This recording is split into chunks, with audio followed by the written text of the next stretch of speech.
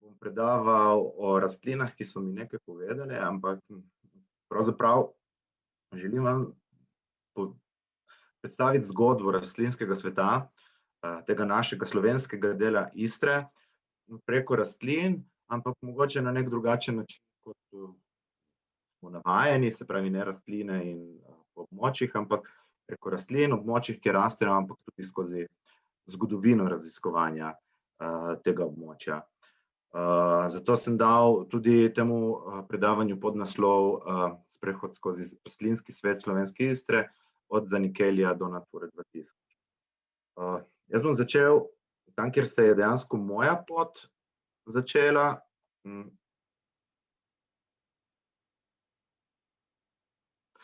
Tako. Moja pot se je pravzaprav začela s to knjižico, ki jo vidite na tem slajdu, ki jo imam tudi tukaj, ena drobna knjižica, Rastline od krasa do morja, iz te zbirke Sprehodi v naravo, ki je bila, ta zbirka je bila zelo priljubljena tam v 80-ih, 90-ih letih. In v srednji šoli pravzaprav sem se začel z rastlinami ukvarjati, ko sem to knjižico dobil in to knjižico prebral. In še danes bi rekel za spoznavanje, za poznavanje rastlin, tisti, ki bi želeli poznati rastline od krasa do morja, se pravi rastline tega jugozahodnega dela Slovenije, je to neka osnovna čitanka, ki bi vsakemu priporočil, da si jo pogleda, preden se poda v ta zelo zanimiv in zelo slikovit svet rastlin pri nas. To je knjiga, ki jo je napisal naš profesor za sistematsko botaniko, profesor Tone Vraber, ki je marsikoga od današnjih slušateljev tudi botaniko učil. Tako da pravzaprav ta zgodba začne z njim, ampak bomo videli, da ta zgodba, ki jo želim danes pripovedati, je veliko prej se začne. Tone Vraber, profesor Vraber, je verjetno eden največjih naših botanikov, je tudi tisti, ki je zaslužen, da se je v 70-ih letih 20. stoletja raziskovanje flore Slovenske Istre ponovno zgodilo po nekaj času mirovanja. In ta njegova nova spoznanja, ta njegova nova odkritja je takrat objavljal v revijah, kot so Proteus. Takrat je Proteus bil zelo pomemben vir za nova spoznanja in eno od teh prvih odkritij, ki nekako se upada s tem novim obdobjem odkrivanja Slovenske Istre, je potrditev oziroma odkritje uspevanja dveh sredozemskih vedno zelenih lesnih vrst na območju Strunjanskega polotoka, to sta jagodičnica in mirta, ki jo vidite tu na sliki, dva taka značilna predstavnika vedno zelene sredozemske flore, ki pri nas v Slovenski Istri dosegata nekje njuno mejo severne razširjenosti. In pravzaprav uspevata na podlagi in na območju, ki nekako velja za te prave sredozemske rastline nekoliko neugodne. In to je fliš. Fliš je prevladujoča kamninska podlaga v Slovenski Istri, sestavljena je iz laporcev in peščenjakov, in je podlaga, ki je precej vlažna in posledično tudi precej hladna in zaradi tega nekako neugodna za razvoj pravih sredozemskih vedno zelenih vrst, kot sta mirta in jagodičnica.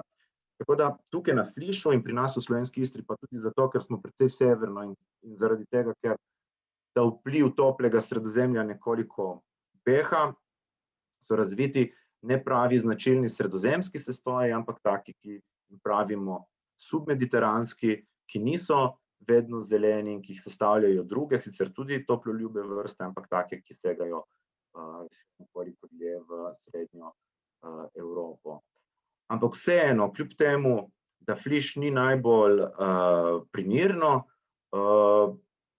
primerna podlaga za to, da bi uspevali na njemu te prave sredozemske vrste, sta ravno mirta in jagodičnica tukaj našli eno od najbolj severnih rastišč, in to na Strunjanskem polotoku, in sicer na rtu, največje je na rtu Ronek, kjer se pojavljata tako ob samem vrhu klifa, kot tudi po spodnjih delih, kamor semena padejo in so se nekatere rastline lahko vzpostavile. Pač danes za mirto in jagodičnico skrbi Krajinski park Strunjan, ki je zavarovano območje in ki med tistimi najbolj pomembnimi in značilnimi deli narave nekako skrbi za varovanje klifa te vegetacije, vključno z mirto in jagodičnico, ki tukaj uspevata. Se pravi, v 70. letih 20. stoletja je nekako profesor Vraber zabeležil mirto in jagodičnico pri nas, ampak to ni prva navedba mirte, ki jo nekako zaznamo na območju našega dela Istre. Prvo navedbo jagodičnice je dejansko v slovenski Istri pustil beneški lekarnar Giovanni Girolamo Zanichelli v 18. stoletju. Je išlo njegovo botanično delo, kjer med drugim poda tudi seznam vrst, ki jih je zabeležil na območju Istre v času njegovega delovanja med leti 1722 in 1725. To delo je bilo natisnjeno posthumno, se pravi po smrti, in sicer strani njegovega sina. In če preberemo, če pogledamo v to, kar je pisal, recimo ugotovimo, da je že Zanichelli kot prvi raziskovalec, prvi, ki je pustil neke zgodovinske podatke o flori v slovenskem delu Istre, tukaj našel tudi mirto. To je izpis iz njegovega dela, ker je mirta že s tem imenom, ki jo poznamo tudi danes, ki jo je ohranil že Linné, kajti to je delo, ki je nastalo pred Linnéjem, se pravi, je delo, ki ne upošteva tiste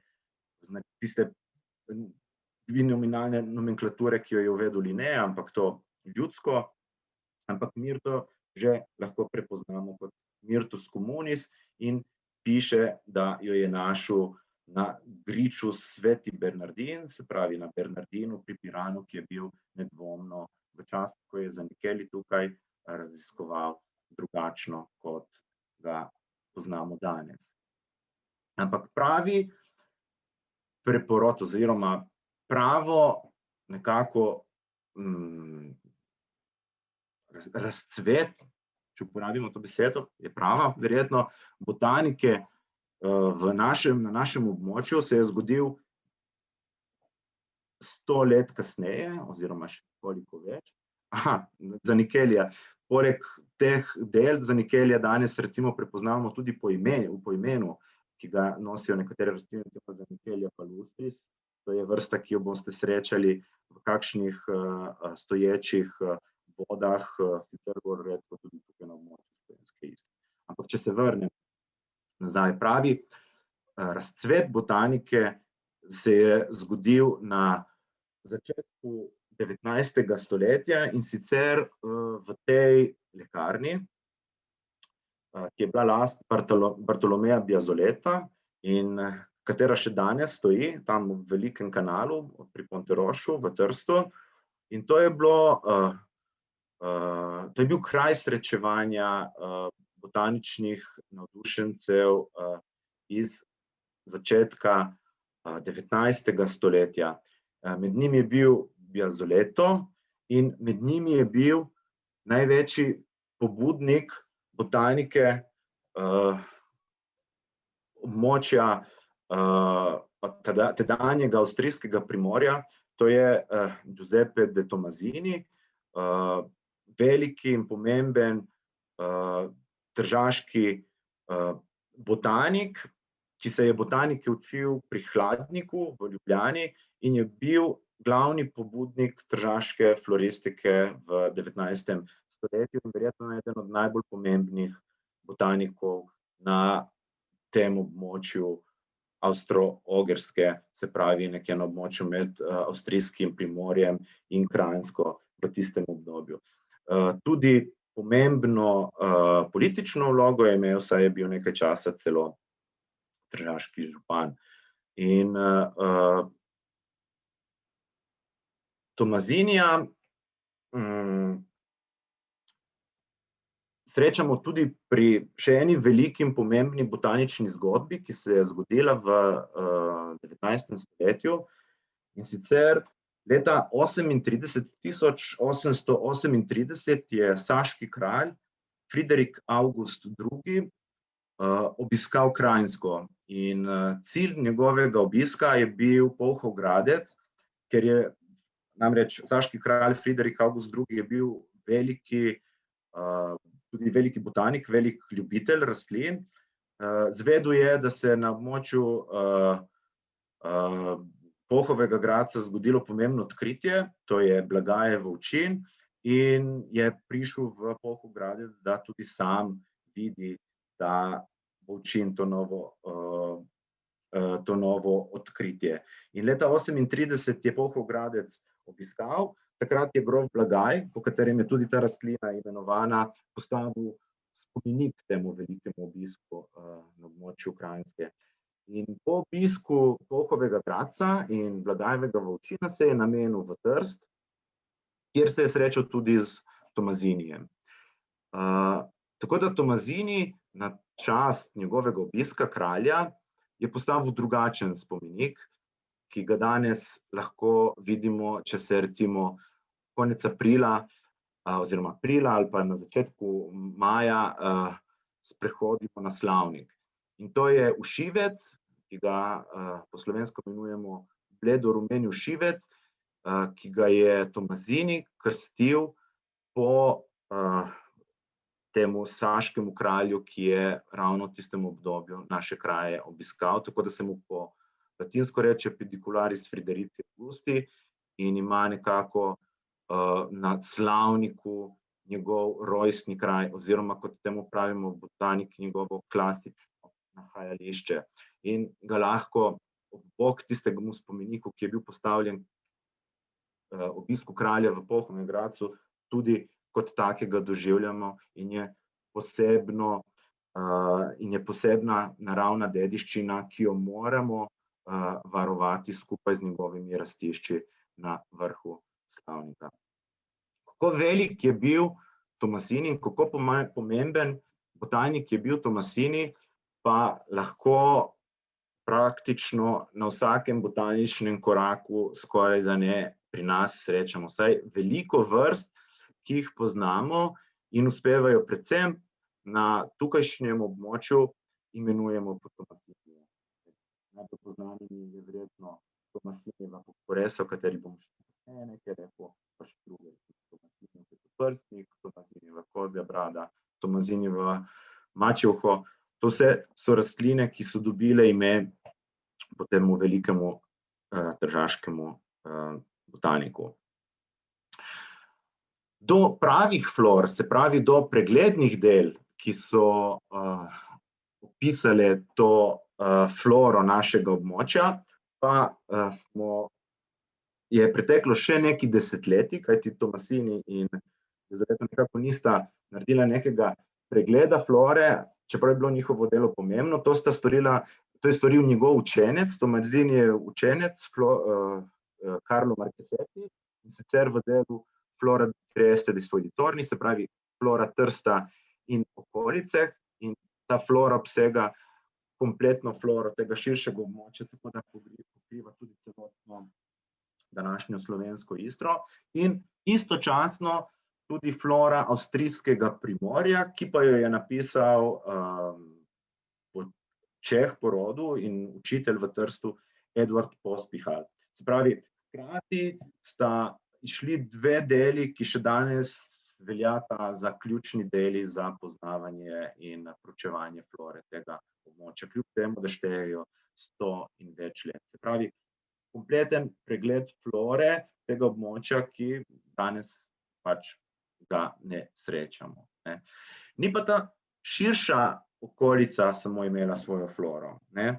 Tudi ožja območja so imela svojo floro in pravzaprav vsa 3 obalna mesta so imela svojo floro. Prvo svojo floro je dobil Koper, in sicer Antonijo Loser, učitelj na koprski gimnaziji, je objavil seznam vrst, ki rastejo v Kopru in njegovi okolici.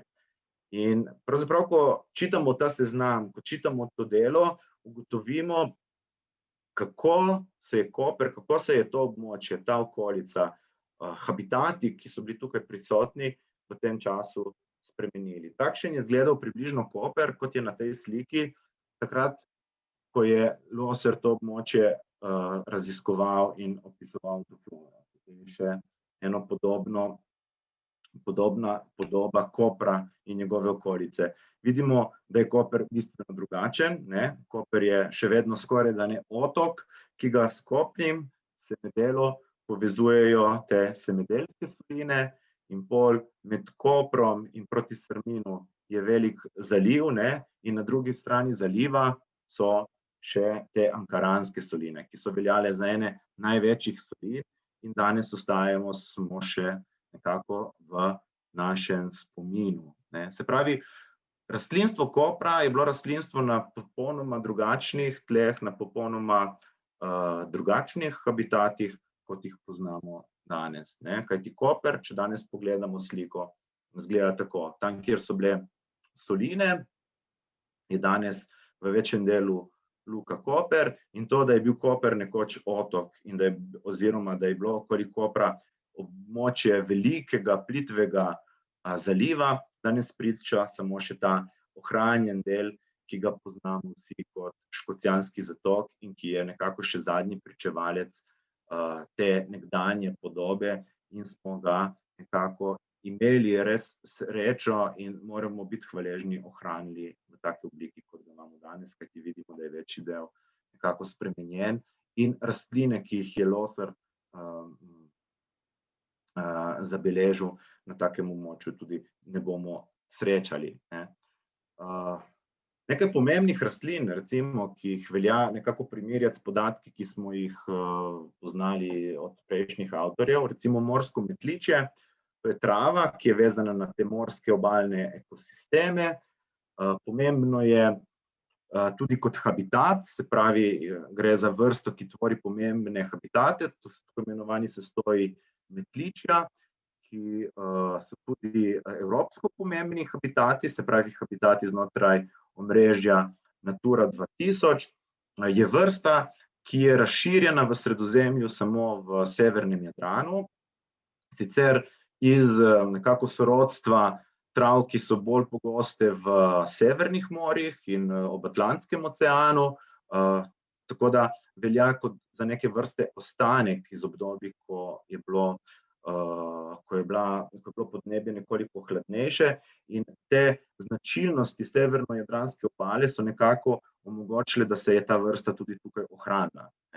Če pogledamo, kako je ta vrsta danes razširjena, vidimo, da je teh njenih rastišč manj, kot je bilo nekoč poznanih. Danes je njeno največje rastišče tukaj na izlivu reke Dragonje, nekaj šopov je v kanalu Svetega Jerneja, se pravi ob kanalu med Sečo in Sečoveljskimi solinami, in še nekoliko večje rastišče je v zalivu Svetega Jerneja, torej pri Lazaretu, ne, ampak če preberemo, kar sta pisala Marquesetti in Pospíchal, ne, kjer sta jo vse navajala, vidimo pa, da je bilo takih rastišč še več, ne, da je bila vrsta poznana v Kopru, da je bila vrsta poznana v Strminu, v Strunjanu, tudi za Sečovlje sta navajala. Tako da pravzaprav gre nekako pojavljanje te vrste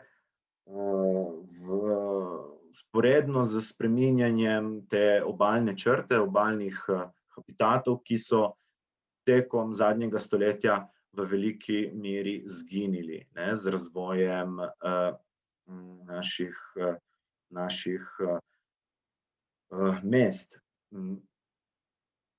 Podobnih habitatov je še nekaj ostalo in vsi ti habitati tam, kjer so ostali, pričajo o tem, kako dejansko zanimiva in pomembna so bila ta območja v preteklosti. Tak habitat, ki nekako spominja na ta izliv Rižane in na to širše območje teh koprskih solin, recimo ta slani travnik v bližini Svetega Nikolaja pri Ankaranu, ki velja za verjetno eno od edinih res pravih naravnih slanih rastišč pri nas, kajti ostala so več ali manj umetna, recimo soline so nekako posledica delovanja človeka, medtem ko ta slani travnik je nek ostanek teh slanih rastišč, ki so se nekoč verjetno bolj obilno tukaj pojavljala. In na tem slanem travniku najdemo poznamo kot edino rastišče nekaterih značilnih rastlin, vezanih na taka območja, kot je obmorski lan, ki ga recimo v Sloveniji samo tukaj srečamo, pa tudi ob Jadranu ni ravno pogost, je vezan zgolj na rastišča, kot so ta v bližini Ankarana in pa klasna Tatavž-in-Troža. In to območje je danes zavarovano, nekako se skrbi za njega, ampak jaz mislim, da bi bilo treba še veliko bolj večjo skrb posvetiti, kajti gre res za en zadnji ostanek nekdanje podobe tega širšega območja.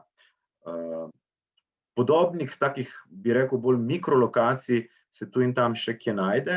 Tudi na tistem velikem območju Ankaranske Bonifike se je našlo kakšno malo rastišče, kjer so se pojavile kakšne zanimive halofitne vrste.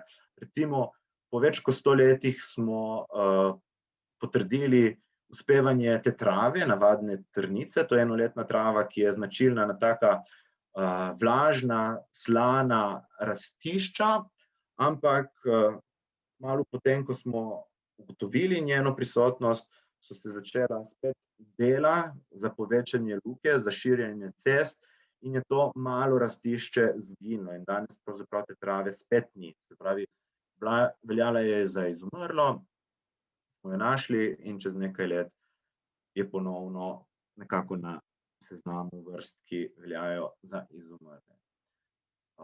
Ne samo koper, tudi piran je poznal in imel svojo floro oziroma še vedno ima svojo floro. To je flora pirana, ki jo je spet en gimnazijski učitelj napisal v konec 19. stoletja, to je bil Attilio Stefani, ki je prav tako kompleten pregled flore Pirana in njegove okolice, se pravi takratne piranske občine.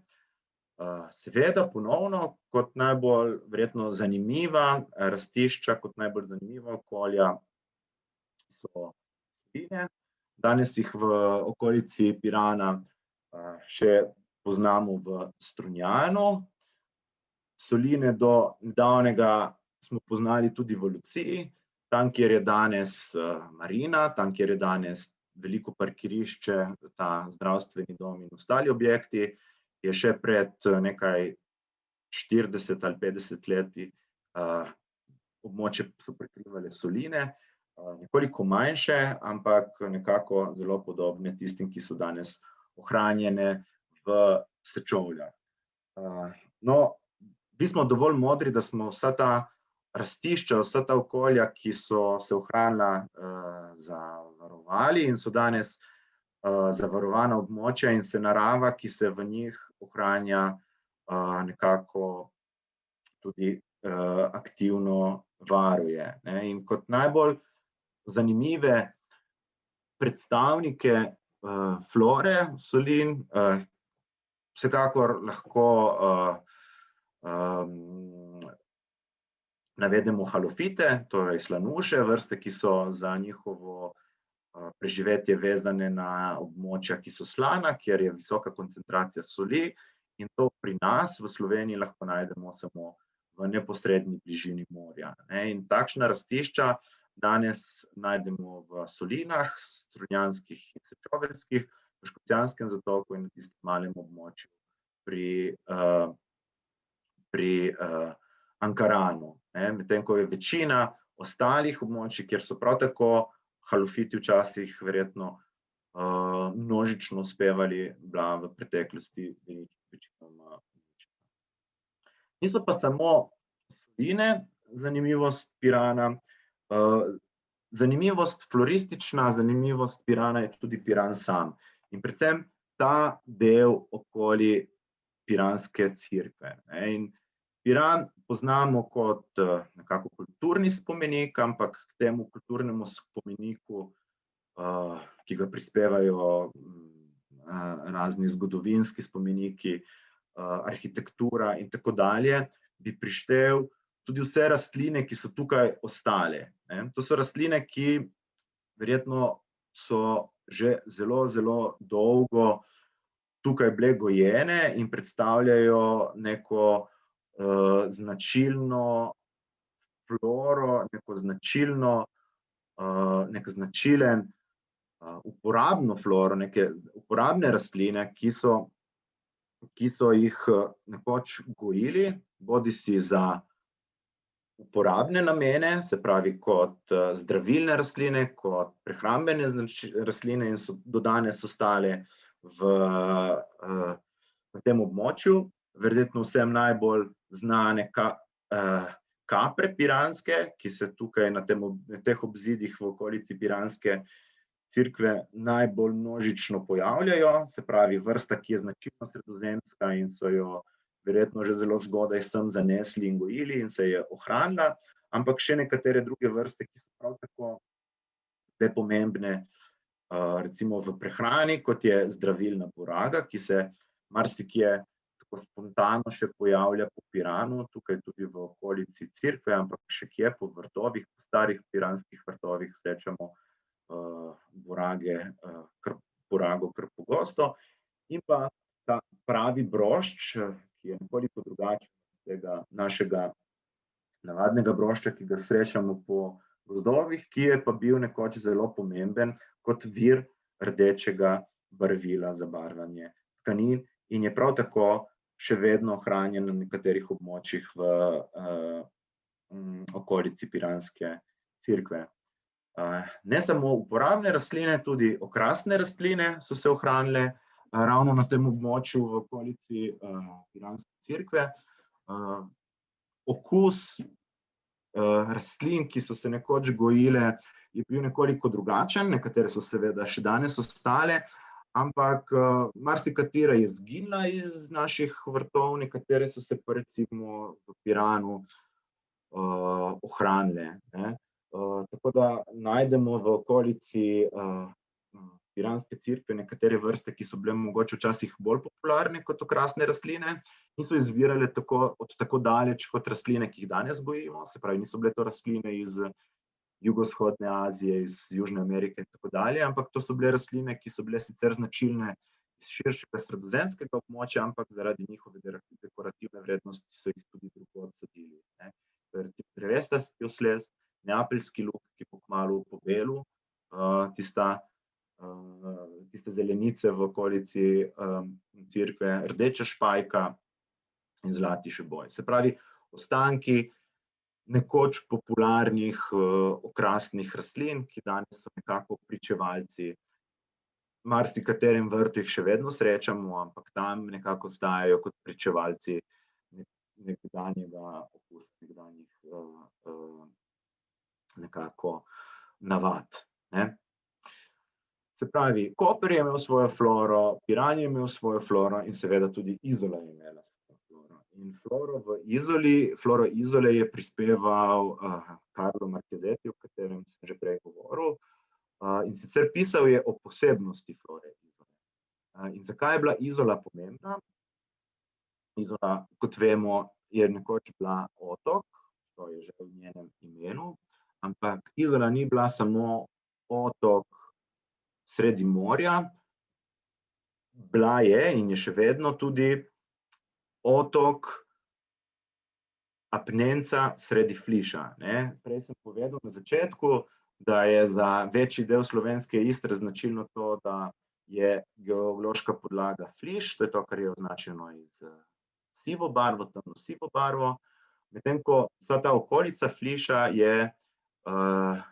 gradijo apnenci. Ne. Nekako ta fliš se tukaj nahaja nad temi apnenci, tu pa tam pa tudi na območju fliša apnenec gleda ven. Ne. In ravno na območju Izole je en tak otok apnenca, ki predre skozi fliš. Ne.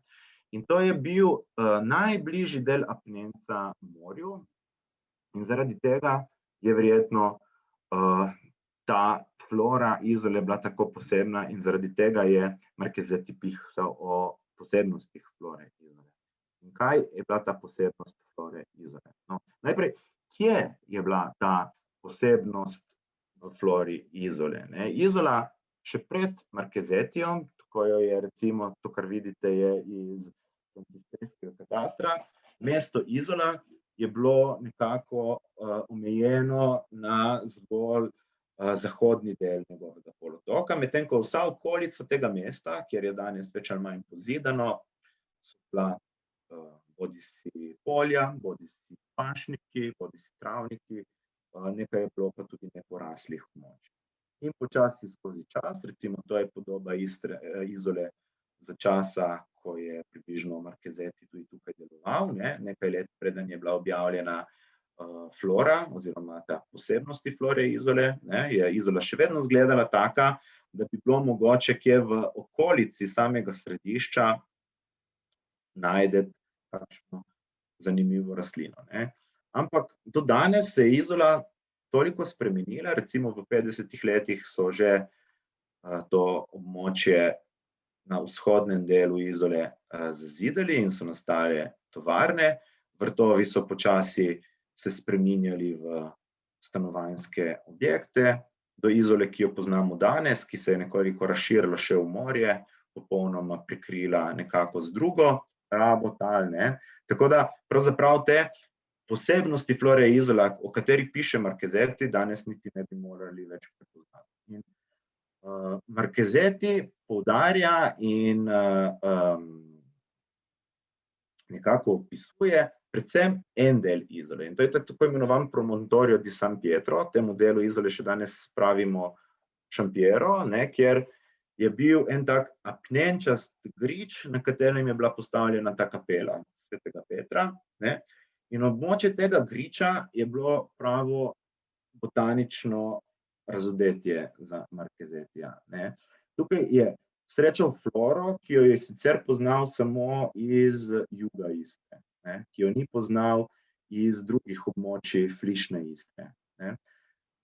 Kajti, kot sem že prej povedal, flišna Istra ni tako ugodna za prave sredozemske rastline, medtem ko apnenec je suh, posledično bolj topel, zato veliko bolj primeren za to, da na njem uspevajo tudi prave sredozemske rastline. In Izola v bližini morja, apnenec, ki se je dvigal nad morjem, je bilo nekako idealno območje, da so se tukaj pojavljale nekatere vrste, ki jih sicer v bližnji okolici ne srečamo, ne. To so recimo vrste, ki so tukaj prikazane, značilne sredozemske enoletnice, kot so kimasti glavež, zvezdasto detelje in podzemna detelja, ali pa navadna zobačica, in nekateri geofiti, ki so na območju tega Champiera včasih uspevali, kot je recimo vrtna vetrnica. S tem, ko so Izolo pozidali in jo spremenili, je seveda tudi ta flora izginila, kajti območje ni bilo nekako več primerno. Tako izgleda zdaj ta San Piero med tovarnami, med starim Delamarisom. Edini nekako pričevalec tega območja je ta skala apnenčasta, ki je zdaj sicer močno zagrajena in močno zastražena strani slabe banke, tako da zelo težko pridemo zraven, da bi pravzaprav videli, ali še ta skala, ta kamen ponuja kaj od tega, kar je Marquesetti pisal in nekako navajal in pustil za Izolo, ne. Tako da veliko vrst, ki so uspevale in bile znane po markezetju iz Izole, so s tem nekako za dolga leta pri nas zginile, niso te več poznane. Dokler ni v temu preporodu istrske flore v 70. letih profesor Vraber našel novo lokacijo apnenca na območju Fliša, to je v dolini Dragonije, stena pri Dragoni, kjer ponovno čez Fliš, čez prevladujoči Fliš gleda en majhen apnenčasti griček. In že ta majhen apnenčasti griček v topli dolini Dragonije, v bližini morja, je bil dovolj za to, da so se tam naselile in obstale nekatere značilne predstavnice sredozemske flore. Poleg vedno zelenih črnih hrastov, širokoliste zelenike, še nekatere značilne sredozemske vrste, med drugimi ponovno vrtna vetrnica, ki je dolgo časa, potem ko je bila Izola pozidana, nekako pri nas veljala za izumrlo. Se pravi, novo nahajališče vrtne vetrnice v 70. letih je potrjeno na območju Stene in bližnjega Svetega Štefana, še eno območje z apnencem v pol kilometra recimo po dolini navzgor. Če gremo, bomo tudi tam srečali te značilne sredozemske vrste, poleg vrtne vetrnice še veliko drugih, tukaj zgolj samo kot primer nekaj takih, ki ravno tam v našem delu Istre srečajo njihovo edino nahajališče.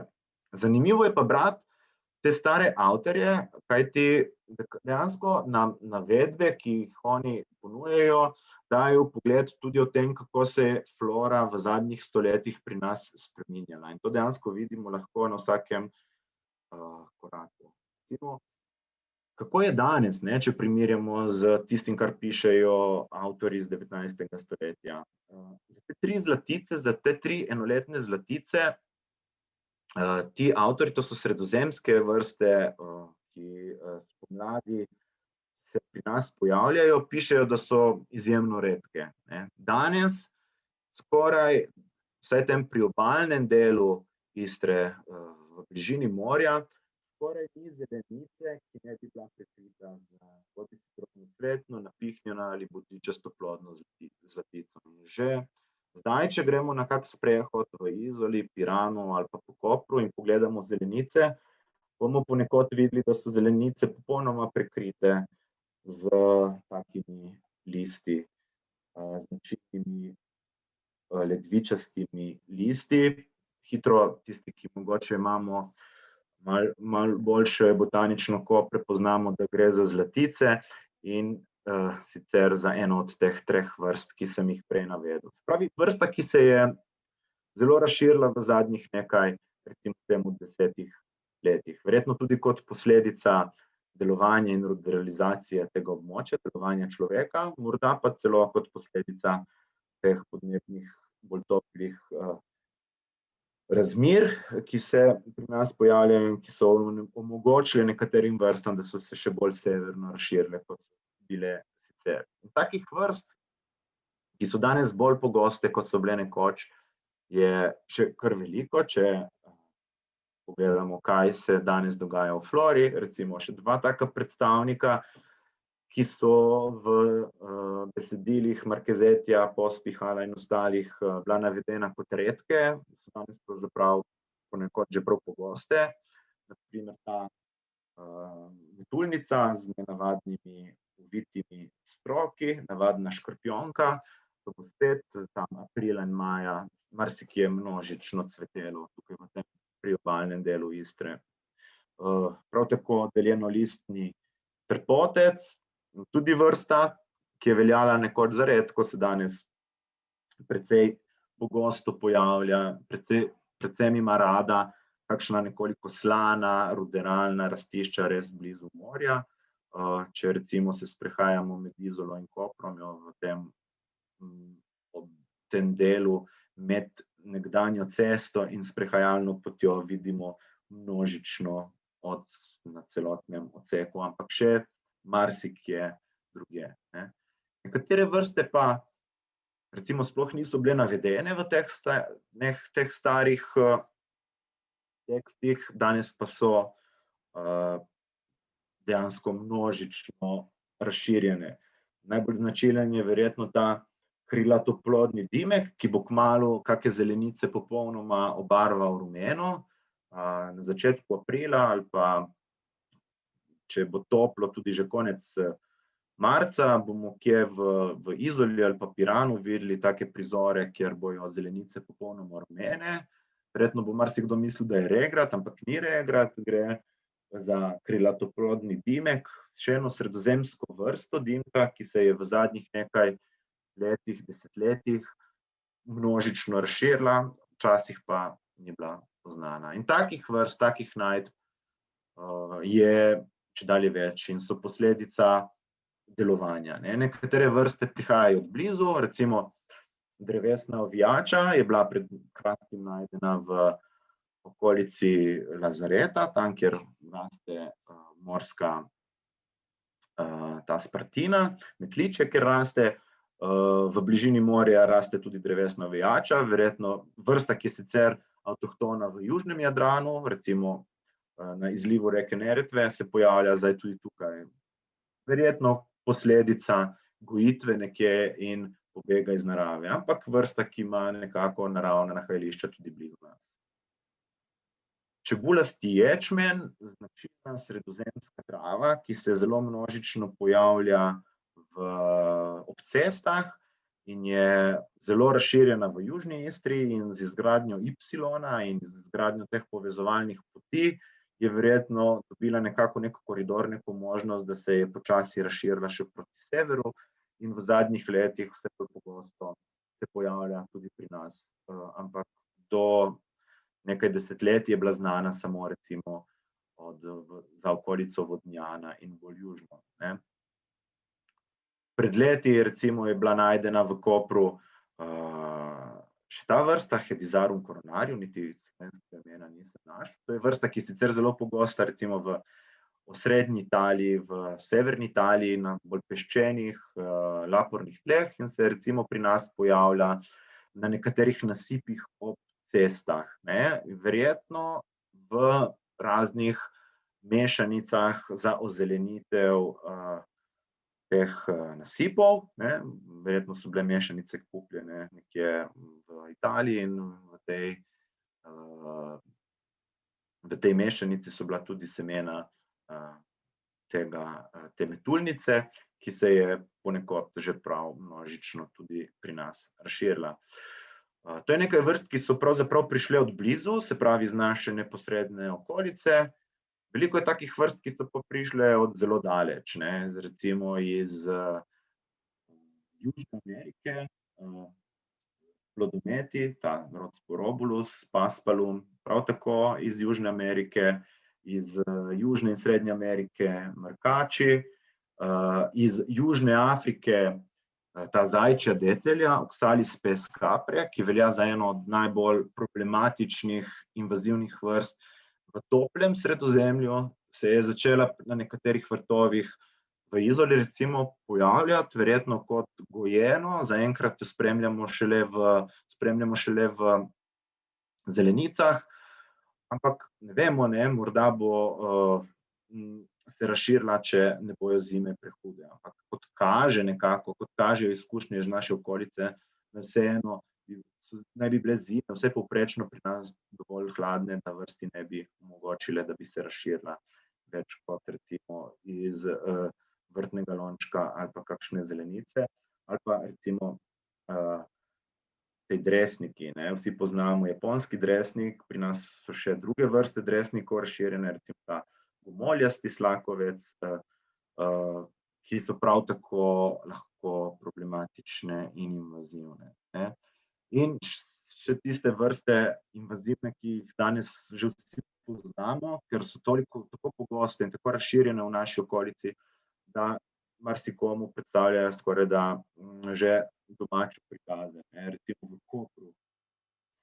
Koper je jeseni, oktobra in septembra rumen, zato ker je ta obrobje kopra skoraj da popolnoma prekrito z raznozobim grintom. Še ena vrsta, ki je k nam prišla iz Južne Afrike. Na nekaterih delih starega mesta se pojavlja veliki pajesen, še ena invazivna vrsta, ki je precej problematična in ki marsikje povzroča težave, ali pa recimo amorfa, ki jo mogoče ne zasledimo, je ne vidimo, ampak recimo v delu Škocjanskega zatoka se že precej množično pojavlja v tej obrežni vegetaciji. Tako da vse te spremembe, ki so se zgodile, so vplivale tudi na vrste, ki so prihajale k nam od veliko bolj daleč, kot je bilo sicer običaj v preteklosti, ko te možnosti za širjenje teh vrst niso bile takšne, kot so danes. Danes te vrste imajo bistveno lažjo pot do naših območij. Današnje spremembe nekako z današnjimi časi so se spremenili tudi pristopi k varstvu narave in novo tisočletje nam je pripeljalo nov sistem varovanja narave, pri nas to je Natura 2000, to je varstvo narave, kot ga pozna Evropska unija. In s tem, ko smo se včlanili v Evropsko unijo, smo morali zagotoviti tudi varovanje narave po merilih Evropske unije in to je znotraj območij Natura 2000. Ta območja pa razglasimo na podlagi nekih pomembnih, evropsko pomembnih vrst oziroma evropsko pomembnih habitatov in s tem, ko razglasimo ta območja, nekako zagotovimo, da bomo znotraj teh območij ob upoštevanih nekih pravilnih ukrepov zagotovili ohranjanje, dolgoročno ohranjanje teh vrst. In za območje Slovenske Istre poznamo 4 tako imenovane Natura 2000 klasifikacijske vrste, to so Tomasinijeva poporesa in Marquesetijeva smetlika, kar 2, ki imata imeni po botanikih iz tega območja, in pa jadranska smrdljiva kukavica, naša največja orhideja, in pa raznolistna mačina. Jaz sem napisal zdaj to novo ime, Klase ali Likopifolja, marsikdo jo verjetno pozna s starim imenom Seratuga Likopifolja.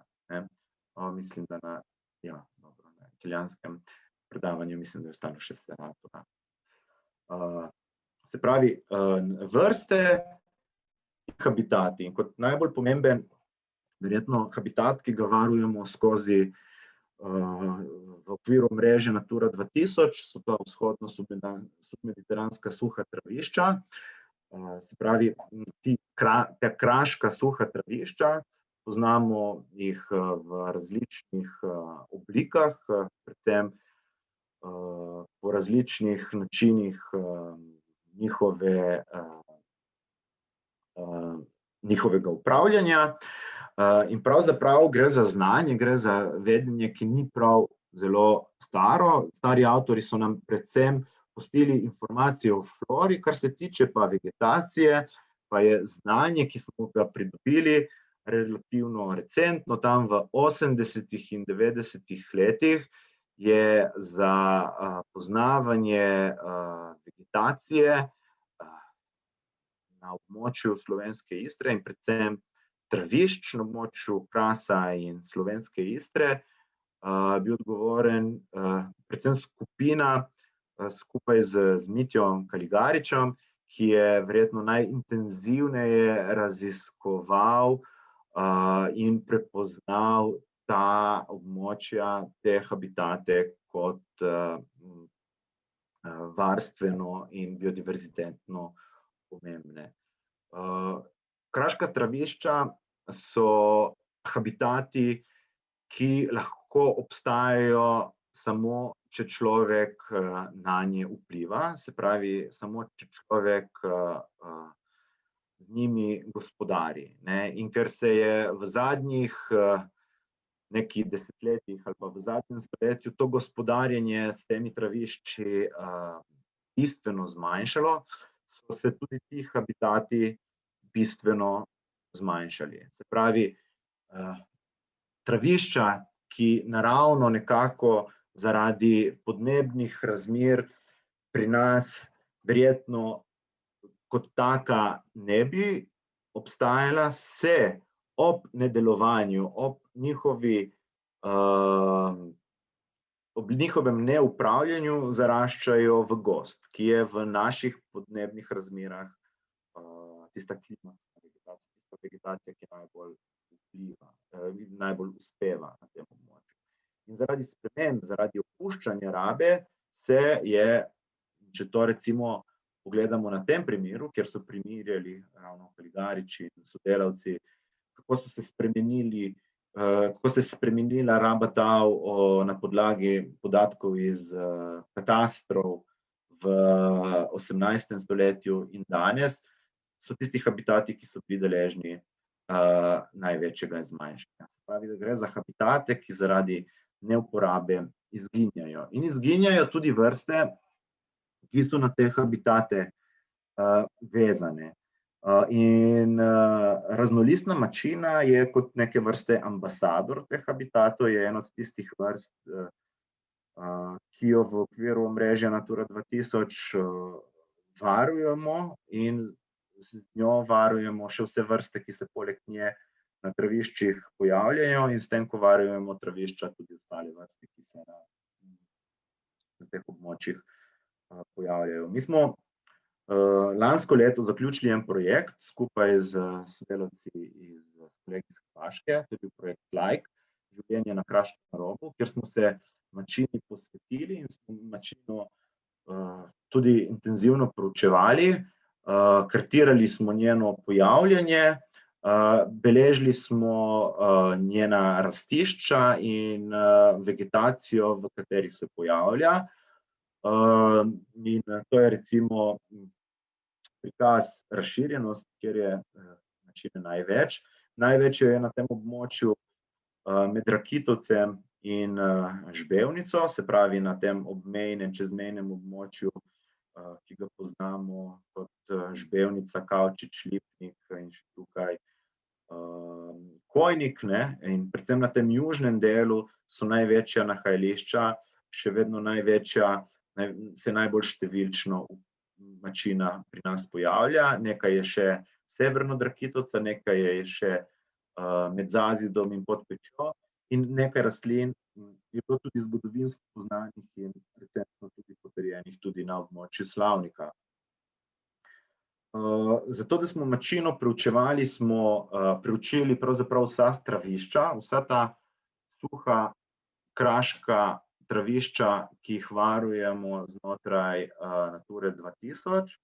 Zbrali smo čez 540 popisov, se pravi fitocenoloških popisov, ki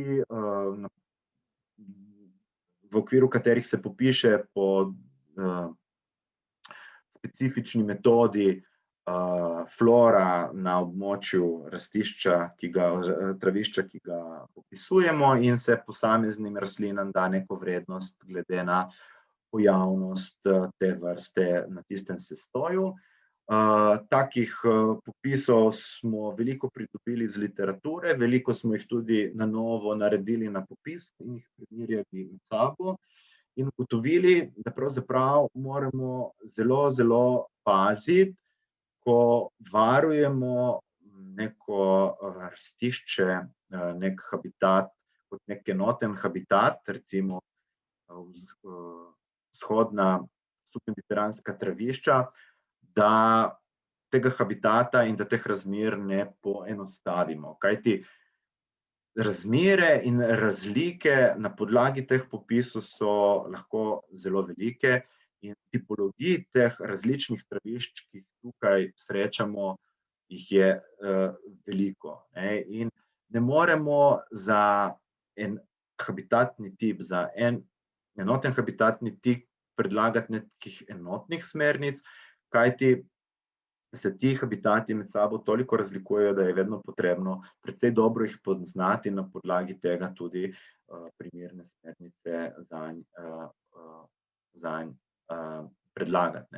In recimo, ko smo primerjali, kje se pojavlja samo mačina, ugotovili, da je mačina samo na enem delu teh travišč kraških dejansko našla primerno primerne razmere za njeno življenje. Ne. Tako da ni nujno, da bomo že s tem, da bomo samo ohranjali vsa travišča, nujno tudi pripomogli k temu, da bomo mačkini zagotovili ustrezne razmere. Kajti ugotovili smo še toliko več, da mogoče mačina nima raje tistih travnikov, ki so najbolj košeni, kjer se nekako najbolj skrbi za to, da se travnik ohranja, ampak še nekoliko raje ima tiste travnike, ki so nekoliko bolj vlažni in nekoliko bolj nagnjeni k temu, da se zaraščajo. Tako da dejansko zadeve, ko se jim posvetimo nekoliko globje, in tako je tudi prav, dobijo nekako novo dimenzijo in nam dajo vedeti, kako ne smemo posploševati in kako moramo biti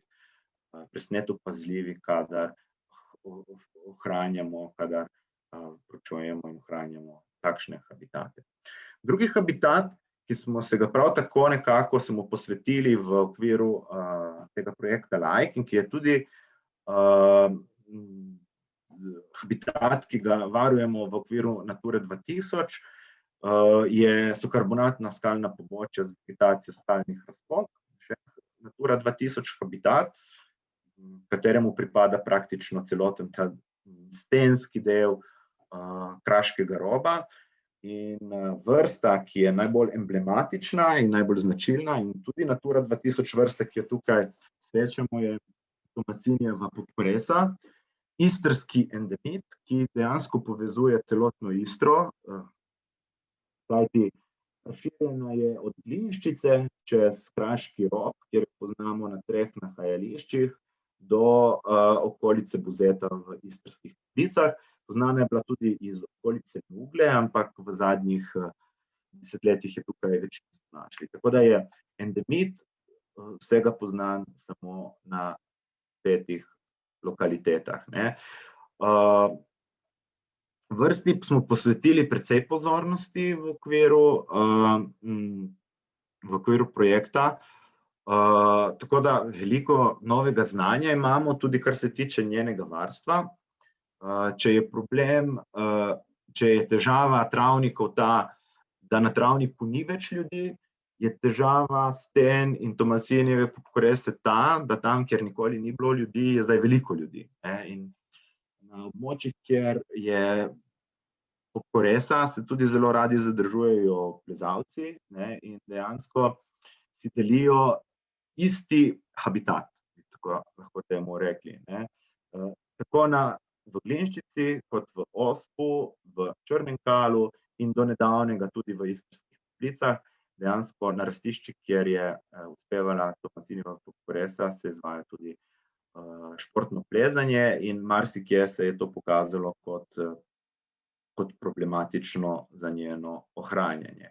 In nekako v tem duhu bo tudi eno od naslednjih predavanj, ki ga bo imel Boštjan Sojina, s katerim smo sodelovali na tem projektu, in vam bo predstavil Tomasinijevo podpreso še nekoliko bolj podrobno in rezultate raziskav na Tomasinijevi podpreski, ki smo jih v okviru projekta Like nekako pridobili.